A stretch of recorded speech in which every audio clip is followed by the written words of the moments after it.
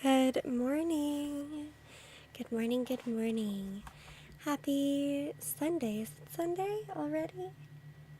Gosh, this weekend has really just flown by.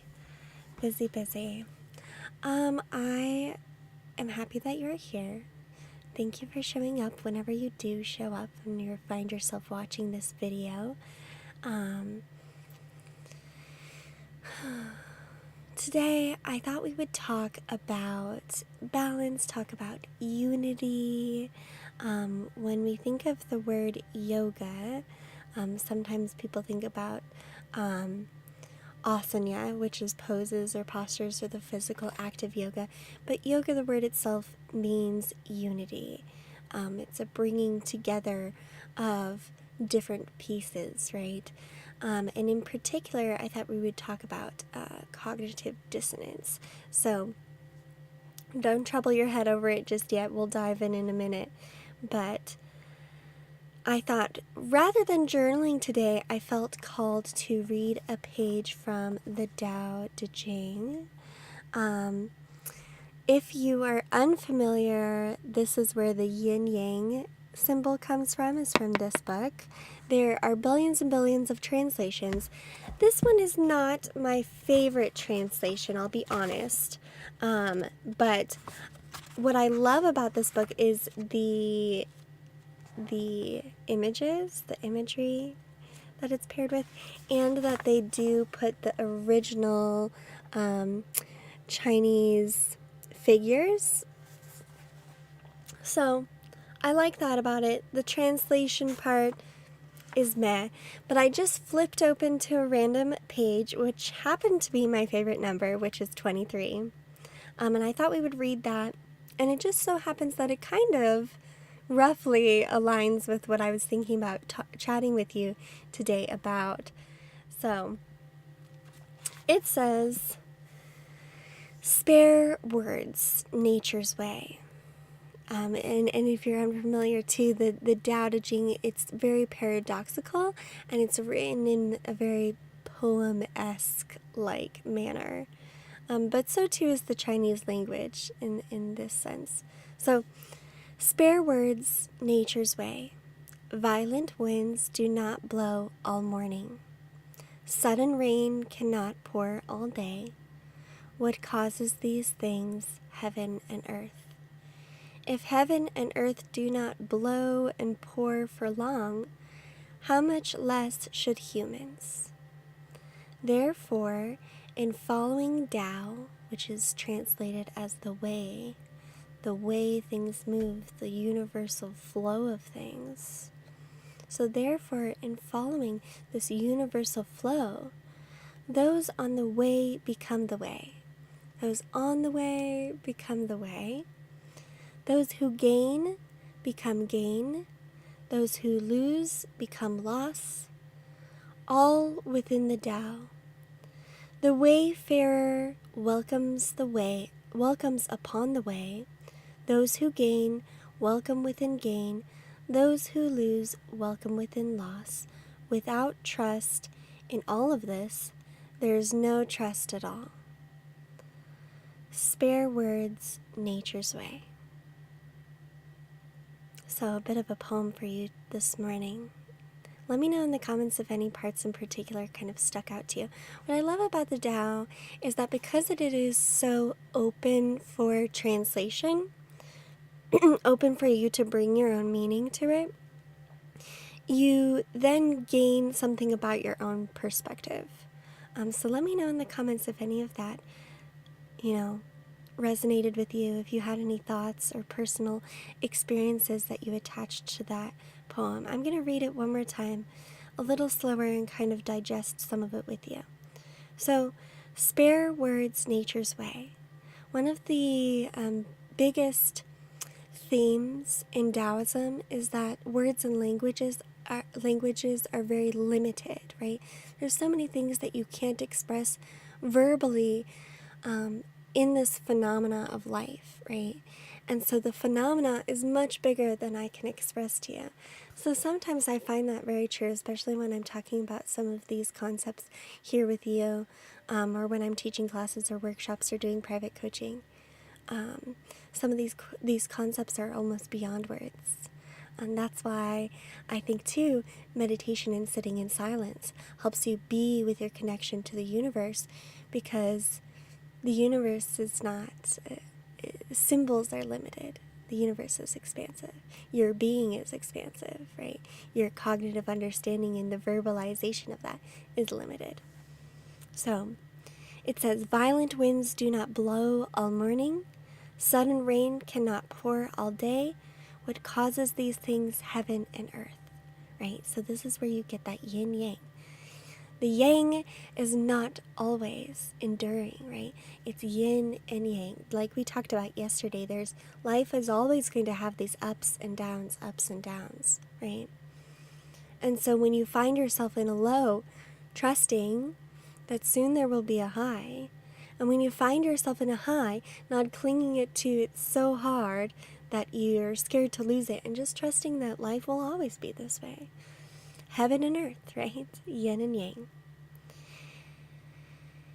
If heaven and earth do not blow and pour for long, how much less should humans, right? How can I allow myself to grieve and then come back up? To be with my sad emotions and then to be with my happy emotions, right? How do I allow myself to be like that flow? Forever letting go and coming to, right? Therefore, in following the Tao, right? Taoism is all about trying to be with the flow of nature, being with this natural order of things, and living your life trying to find your connection to that source, if you will. So therefore, in following the Tao, which translates as the way, right? Those on the way become the way, right? So if you, and the thing is, you can never really be separate from it. but sometimes we find ourselves in resistance to it, right? So if you are in flow with the way things are, if you are accepting the way things are, then you become whatever you are meant to become. Those who gain become gain, those who lose become loss, right? You are this up and down. You are going to be this way. It's inevitable, and that's okay. All within the Tao, all within the universe, within the flow of things. The wayfarer, welcome upon the way. Those who gain, welcome within gain. Those who lost, welcome within loss. I'm a bit lost in there too. But without trust in this, there is no trust at all. Without trust in this, there is no trust at all. Trusting, for me, like trust in Taoism, right? And going with that flow is knowing that I am exactly where I am meant to be. Even in my lowest of low, I'm learning the lessons for my highest of highs. And in my highest of highs, right, I know that I am exactly where I'm meant to be. In Taoism, there's this sort of sense of this natural order, and that you can't be separate from it. Everything, can't you see everything is perfect? I was just listening to a Ram Dass lecture, and his guru says that to him, Ram Dass, can't you see that everything is perfect, that it's all perfect? Even the biggest and deepest and gravest of sorrows, that, and that's not to say that the pain is good. It's not saying that the pain is good, or that, oh, I think you hear people, it's easy to translate that as like, you know, there's a lesson to be learned or things like this. But no, it's just that in the bigger picture, the grander picture, you can both be in the humanity of your sorrow and in the beauty of the universal phenomena of everything. I don't know. Does that make sense to you? I'm just rambling on. But I like to take that, this into my morning routine sometimes because, like I said, it allows me to take my own perspective and reflect in on where I'm at in my life. So yes. Today I thought we would talk about this sort of unifying. I've been thinking a lot about this word. It's called cognitive dissonance, okay? And cognitive dissonance is the spaces in your mind, those moments in your mind where you feel stuck, where you feel tension, where it's almost as if a part of you wants to move on, wants to be better, wants to break free from certain habits, wants to be this higher self, and something is holding you back, and it is this other part of yourself, right? Cognitive dissonance, right? Where is that rub coming from, right? Because if I am whole and I'm me, why am I having this internal dialogue? And why am I having this internal misalignment, right? And I think that this comes from a habitual learning that turns into subconscious habits, okay? So we learn all sorts of things all the time, right? And how does this happen, right? You first learned to drive and it was very difficult and you had to consciously think about everything you were going to do. Okay, I'm going to shift the gear, I got to start the car and shift the gear, and I got to buckle my seatbelt and so many things, right? And where do I turn and which direction am I going? So many thoughts are happening in that process. But now you get in your car and you go where you need to go and you hardly think about it at all. And so how did you go from this very conscious effort to it being this very unconscious thing? And thank goodness you're able to do that, right? Because it makes your life so much easier. And what has happened is that your subconscious mind takes on those habitual patterns, right? The mind does this with all sorts of things, though, right? And sometimes we habitually pick up on things. I shouldn't say habitually pick up on things. Sometimes we pick up things and they become habitual without serving us, right? Things that don't serve us. For example, when you're in a heightened emotional state, let's say you are in a bad relationship and this person is constantly saying to you, that you are bad. I can't think of anything mean to say. And they're constantly saying something mean to you, and you internalize that because it's said to you over and over and over again. And in that heightened emotional state, which is a subconscious state, you've internalized it.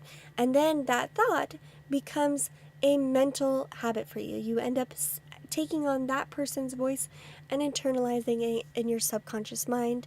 So when you find yourself doing similar things that you were doing when those insults came to you, then you say them in your own mind, right? So I do believe that this is where we find our limiting beliefs, is in this space of cognitive dissonance, right? And you'll know those spaces because it will feel like, gosh, something is just holding me back. This isn't authentically me. I want to and know I can be this person, but I'm being this person, right? Where's that rep? And if we pause for just a moment, I think we tend to know where that is in our lives. And behind that tends to be some subconscious patterns, subconscious beliefs. And so, for our little journaling exercise, I want you to think about where you experience that rub, okay, in your life. Where is the tension? What is it that I want to be, but I am stuck? I feel something holding me back. A part of me is holding me back from being the authentic me that I know I can be. So if you have a journal with you, go ahead and grab your journal. And I'll try to give you some questions to kind of guide you to that realization. Or you might know where that is for you already.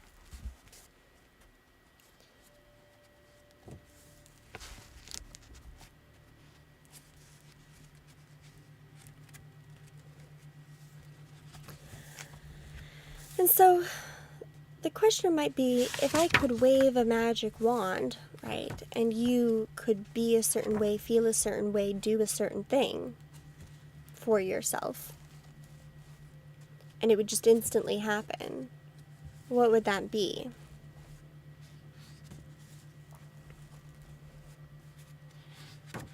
And the second question is, well, if you've wanted that, and you've needed that, and you aspire for that, what's holding you back? More importantly, what do you think is holding you back internally? What thoughts, beliefs, right? Internal habits are holding you back from achieving that. So, where do I want to be? What does that look like, feel like?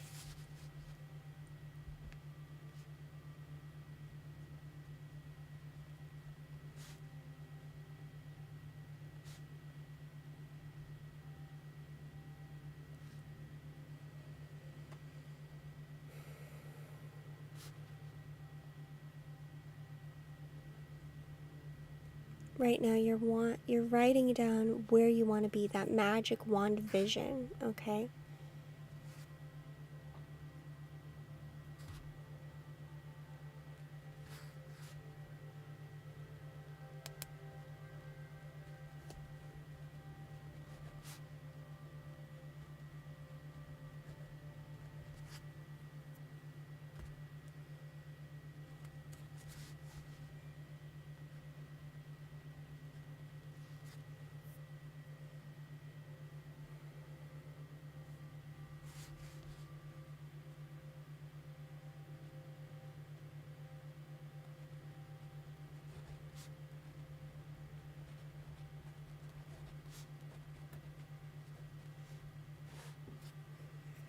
So the structure, if you need some more structure on our little journal prompt here, you can say, I want to be blank, but the belief that blank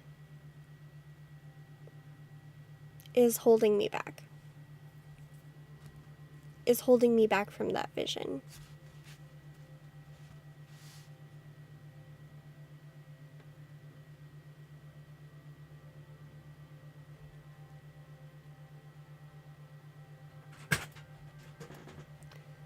So you can write out that structure, and then we'll have one more part to this to make sure you leave some room on your page, or I suppose you can move on to the next page too.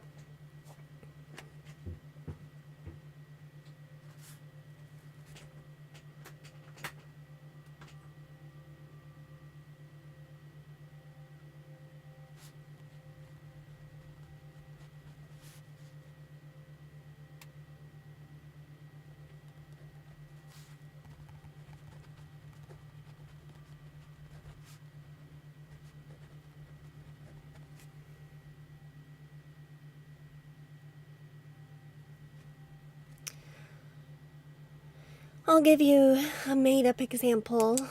Let's say I want to leave my current job and start a business. But the belief that I don't have the knowledge or skills is holding me back. The belief that people will judge me is holding me back. The belief that, what is when the first thing that comes up when you think about doing it, what is it that scares you? What is it that scares you? That's likely going to be that second space. And so the next part of this little writing prompt we're going to do is to say, I forgive myself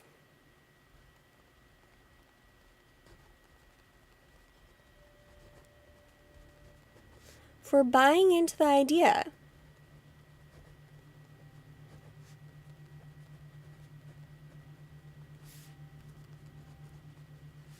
that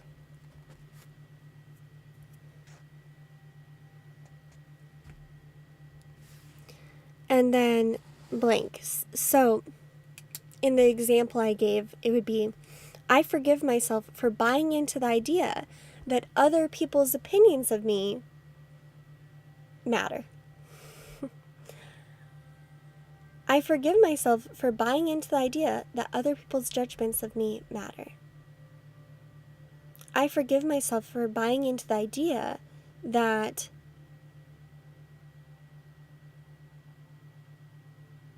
I haven't earned it. That, And the second part is, because my higher self knows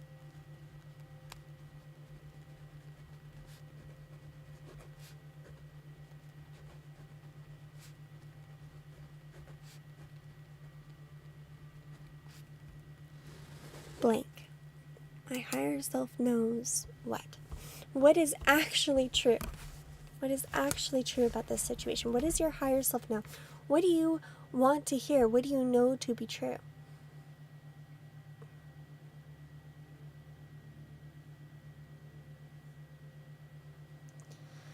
So, let's do another example, and I'll run you through the whole thing, and you can keep writing and just zone me out if you're in the zone, But let's do, I want to take some time off, but the belief that I don't deserve time off and that I will be lazy if I do is holding me back from doing that. I forgive myself for buying into the idea that I am lazy if I take time for myself. Because my higher self knows that rest and filling up my own cup is valuable. Are these examples making sense? Let me know in the comments if you are needing any help with this. Okay? So, I want blank, but the belief that blank is holding me back. I forgive myself for buying into that idea because my higher self knows, right, that blank.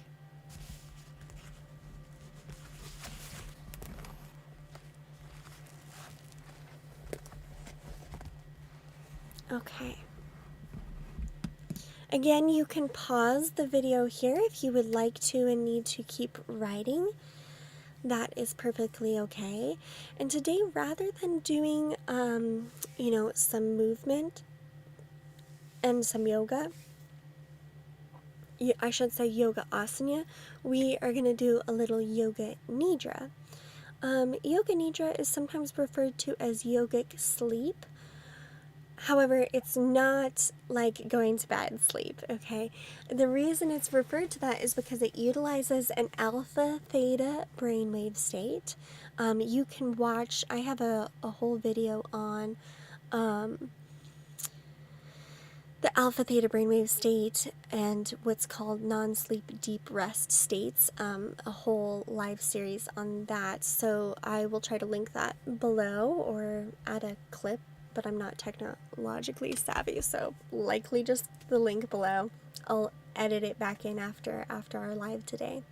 So yes, utilizes this alpha theta brainwave state, which is a space where that is where you create those subconscious patterns, right? So in an alpha theta brainwave state, you're able to create those habitual subconscious patterns.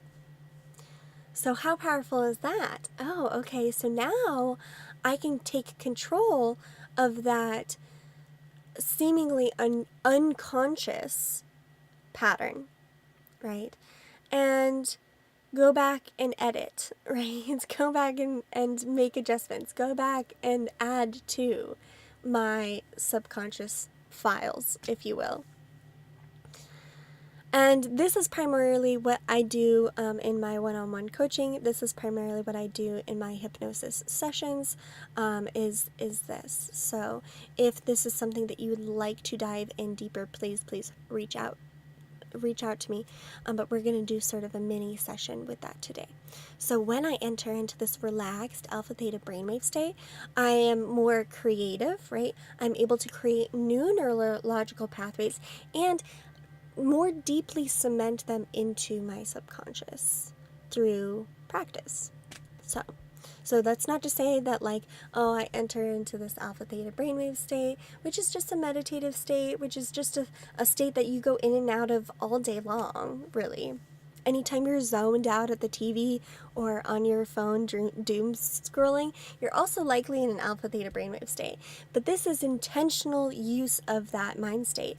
So it's a state that you go in and out of, but with our yoga nidra, with our little pre-journaling work, we are going to become intentional about changing our thought patterns, okay? So you can lie back for this. You can sit in a meditative posture, just as long as you are comfortable. And I'll guide you through a little imagination journey, okay? And we are just going to visualize that higher self. So I want you to, before we begin, really look at the affirmation, that last little line you wrote that your higher self would say, because my higher self knows blank, okay? That line there is going to become important in today's yoga nidra, okay? So, allow yourself to come to a comfortable position, lying down in a meditative seat. Maybe you're in a chair with a back. And we're just going to start to breathe. We're going to breathe in, the eyes are going to gaze open, and as you breathe out, the eyes are going to close. So breathing in, gazing. Breathing out, the eyes close. Breathing in, gazing, breathing out, the eyes close. Breathing in, soft gaze, breathing out, heavy eyelids. Breathing in, soft gaze, breathing out, heavy eyelids.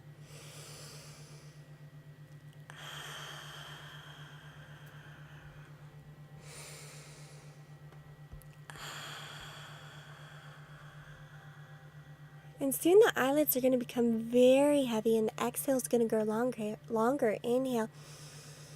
Slow exhale. Eyes stay closed a little longer. And inhale, eyes gaze open. And even longer this time, the eyes fall closed. The eyelids are soft and heavy. Last time, inhale, eyes barely open. Exhale, eyes fall closed. And here you're left with your natural breath. The eyelids growing heavier and heavier. The arms, the legs heavier and heavier. And yet the body as a whole feeling lighter, softer, almost weightless. The limbs fall grounded. The body as a whole light and effortless. Just like the breath, easy, soft, gentle. And you're going to say to yourself, relax 4 times. Relax, relax, relax, relax. And you find yourself more relaxed than you have ever been before. Deeply, deeply relaxed.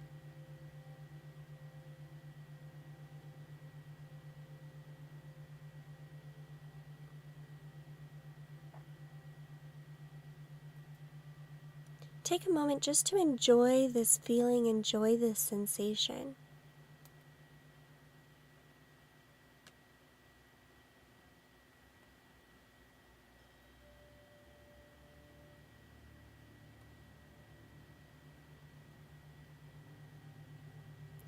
And I want you to think about the highest version of yourself, the person you know in your heart that you can and will be.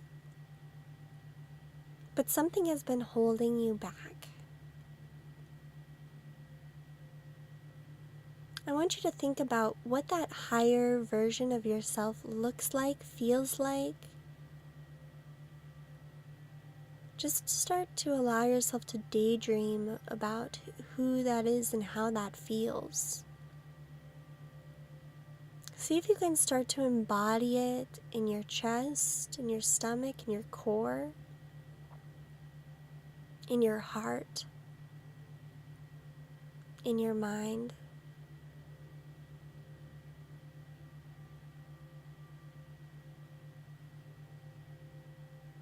I want you to imagine, just play along with me here, that I waved that magic wand.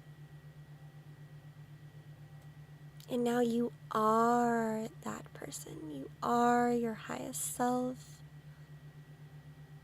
You've achieved both internally and externally all the things of who and how you want to be.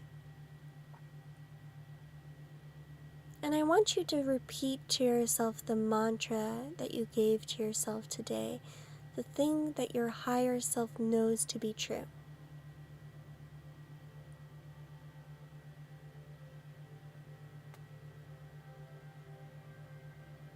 If those words aren't coming to you in this moment, that's okay. You can use mine.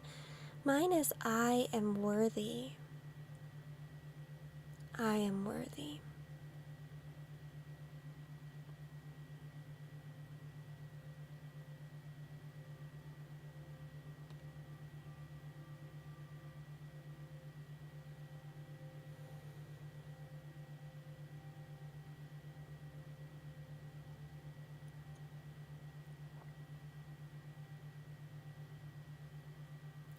And as you say these words to yourself, say them with conviction. like you're shouting them on the top of the mountain, like you're convincing the world as if they needed convincing. It is the deepest truth to you in this moment.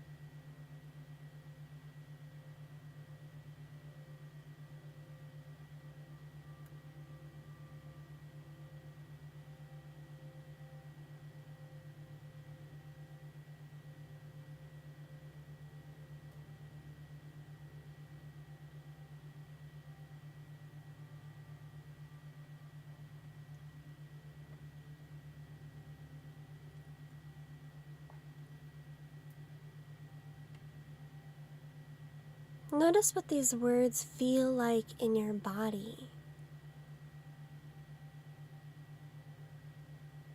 Notice what they feel like in this state of being.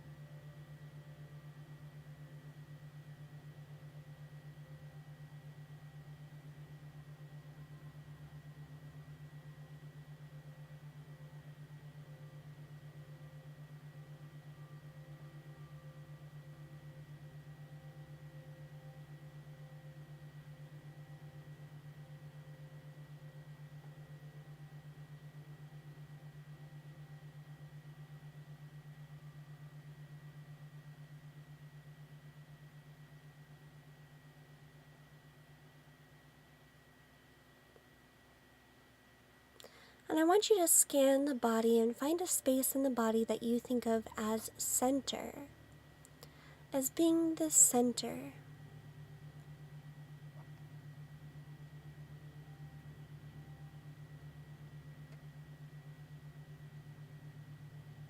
I want you to take this knowledge from your higher self, take these words, take this affirmation, and I want you to imagine that it is born out of this place of center in the body.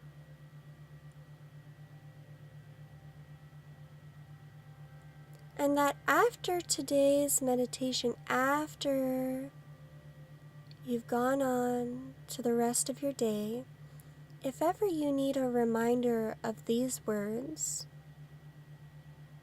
all you have to do is focus on this space in the body and know that your higher self is born from these words, born from this truth, born from that space.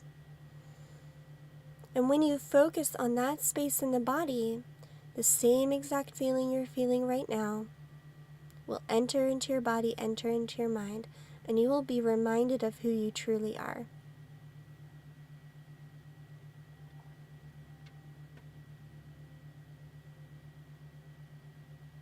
You have everything you need inside of you.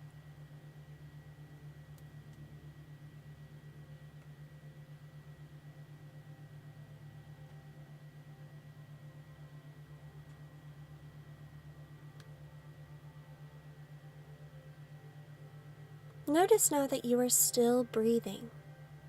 Gentle breaths. We're going to bring some intention back to the breath here. Breathing in, a little broader on the exhales, cleansing, audible. Imagine the inhales taking space, creating spaciousness in the body and the mind. And the exhales cleansing, releasing anything that isn't going to serve this higher version of yourself. Just falls away from you, drips away from you. There's no longer any space, any need for it.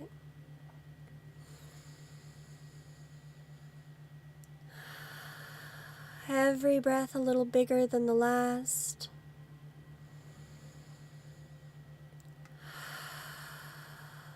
And as you breathe, I'll begin to count backwards, not now, but in a moment. And when I do, I'll count backwards from 5 until I reach 1. And not now, but the moment that I reach 1, your eyes will gently blink open. You'll feel energized and ready to take on the rest of your day. And beyond that, you will be this new knowledge from your higher self will be deeply ingrained. And I count 5, body is feeling wonderful, feeling light. 4, mind feeling clear, feeling focused. 3, take a deep breath in, sip at the top. 2, an audible exhale. And 1, the eyes blink open, feeling awake and aware, feeling energized and renewed. Another breath.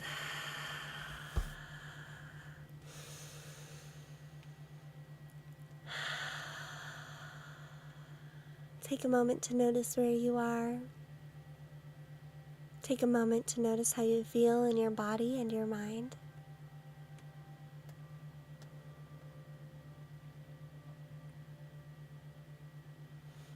Do a little stretch once it feels right to you. Oh my goodness, little snap, crackle pops for me over here. Take a deep breath in. The arms are going to rise overhead. Bring the hands through the heart center as a symbol of balance. Thank you so much for showing up today, showing up for yourself, showing up for self-care. It means the absolute world to me that you take time out of your day to do so, because I know that it is absolutely for the highest of good. When you spend time taking care of yourself, I'm proud of you for doing that. I'm proud of you. So I hope you have a beautiful Sunday. I will see you back here on Monday. If you have any questions, if you want to dive in deeper into alpha, theta, brainwave states, into releasing some of those limiting beliefs and releasing and freeing and liberating yourself from cognitive dissonance, please reach out to me. That's what I do, that's what I'm passionate about, and I am happy to help you with that. So, like I said, have a beautiful Sunday, and I'll see you on Monday, everyone. Namaste, and bye-bye.